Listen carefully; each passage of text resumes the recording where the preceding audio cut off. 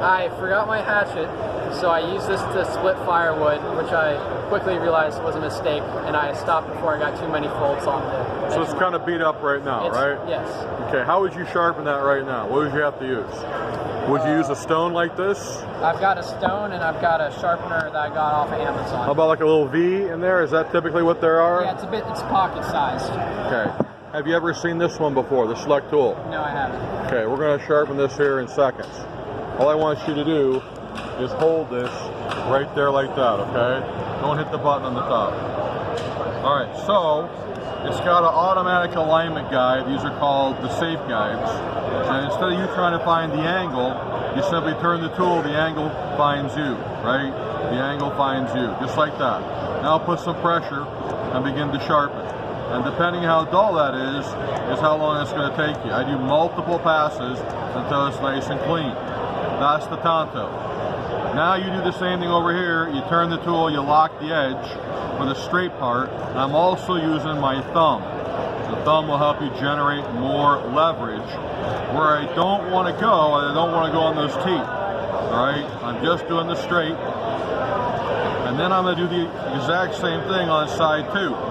Load it, lock it. Come on in here, real close. Yeah, there you go. Load the blade, lock the edge. See, it's a self-centering guide. Then I press and I sharpen. See, I'm doing first the tanto, and then I do the exact same thing on the straight part, and you can hear that roughness just coming right on off of there. All the way to that tip. All right, so I've got both sides the same angle, but I want to finish this up. You've got a burr, a little gray thin line right there. That's the new edge.